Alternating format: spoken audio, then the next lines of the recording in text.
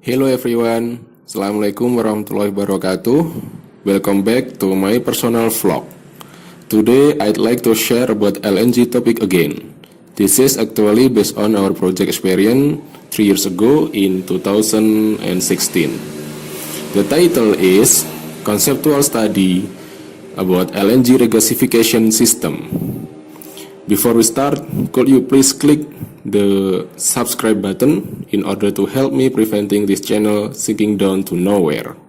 And you could check my profile as well to my LinkedIn profile. Okay, we go to the topic. First of all, what is LNG?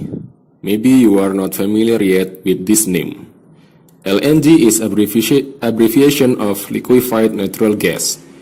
As its name, it contains natural gas in liquid form. The process is cooling down the temperature beyond its saturated liquid. The composition is dominated with methane, then small part of ethane, propane and others. Due to its form, LNG has very high volumetry ratio, 1 and 600. So if you have LNG in 1 meter cubic tank, it is equivalent with 600 meter cubic natural gas in gas form. This makes LNG so efficient to be carried away by carrier ship. LNG is from natural gas in nature. The process comes from exploration and extraction from underneath of earth. Then it is liquefied and carried by carrier ship away trans-island. After that, LNG returns to its gas form in regasification facility and then could be consumed to user and or customer through its pipeline. So in this video, we will talk about regasification facility, especially onshore plant. First of all, we will talk about the basic process. LNG from carrier ship is stored to LNG storage, then pumped to vaporizer to convert its form into gas once more, in order to be consumed. Thus, the main equipment at regasification facility are LNG storage tank, LNG pump, and vaporizer. LNG storage tank is as a place for LNG to be stored during a certain time until refilling process. Commonly, it consists of FBT, VIT, and cluster tank. Then, LNG insulated pump is to deliver LNG to vaporizer. It consists of submersible centrifugal pump and insulated reciprocating pump. And then vaporizer is to convert LNG to gas form. It consists NDAAV, FDAAV, ORV, and etc. Actually, there are a lot of vaporizer type, but we will talk about these 3 types especially. We will talk about them more detail later on. Well, first main equipment is LNG storage tank. It consists of FBT, VIT, and cluster tank. FBT is abbreviation of flat bottom tank. It operates at atmospheric pressure, usually used for large capacity, from 2,000 up to more than 100,000 meter cubic. It is constructed in sites due to its monstrous dimension and weight, and must comply API 620. Next is VIT, vacuum insulated tank. It is pressurized tank, usually operated at 2 bar gauge. The capacity is constrained, less than or equal with 1,000 meter cubic. Maybe some fabricator has slightly larger capacity. It is fabricated on shop and frequently ready stock, especially for ISO tank, 20 up to 40 feet tank. VIT must comply ASME 8, second division from design till fabrication. Next one is cluster tank. Actually, it is same with VIT, but in vertical order, and covered with big shell as insulation of entire arrangement. Usually it consists 3 to 12 tanks with 100 to 250 meter cubic each capacity. It is fabricated on shop, erected and constructed in situ. The standard complaints must follow ASME 8, second division. All those tanks possess similarity and differences. The similarity, for instance, they use similar wall insulation using multi-layer or perlite. The differences we summarize into comparison item to ease in equipment selection consideration. First item is capacity. FBT has largest capacity among the others, and VIT is smallest one each. Whilst cluster is slightly larger than VIT due to contain several tanks in each cover. Second is construction, delivery, and erection time. VIT requires shortest time amongst them, then cluster and FBT respectively. Next one is CAPEX, capital expenditure. VIT has lowest price, then cluster and FBT respectively. CAPEX of FBT is extremely larger than others, equivalent to its capacity, dimension, and weight. Moreover, it requires some additional equipment to accommodate BOG, boil-off gas generation. The additional equipments are going to be explained later on. Whereas VIT and cluster usually just require a pressure build-up to maintain its pressure inside of tank. Next one is LNG insulated pump. Most popular type, it consists of submersible centrifugal pump and insulated reciprocating pump. The centrifugal pump is submerged into LNG in order to keep the pump and motor temperature remain low, preventing BOG generation. Like its characteristic, submerged centrifugal pump is used for high capacity or flow rate. Thus, it has to comply international standard API 610. Insulated reciprocating pump use double wall vacuum insulated to prevent BOG generation, contrast to submersible centrifugal. It is usually used for high pressure, low capacity needs, and must comply API 674. Next one is LNG vaporizer. In here, we will talk about vaporizer which utilize environmental condition only. Though in fact, there are many types of vaporizer.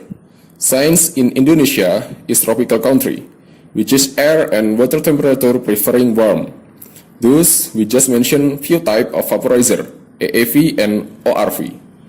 The basic principle of vaporizer is same with heat exchanger. It requires at least two different temperature of fluids. Okay, we start from top left. Natural draft ambient air vaporizer, or well abbreviated with NDAAV. Actually, AAV has two types, natural draft and forced draft. Both of them using air as hot fluid.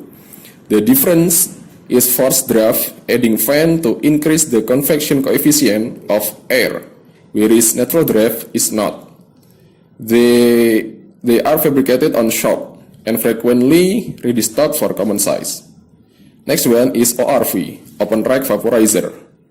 ORV uses seawater as hot fluid.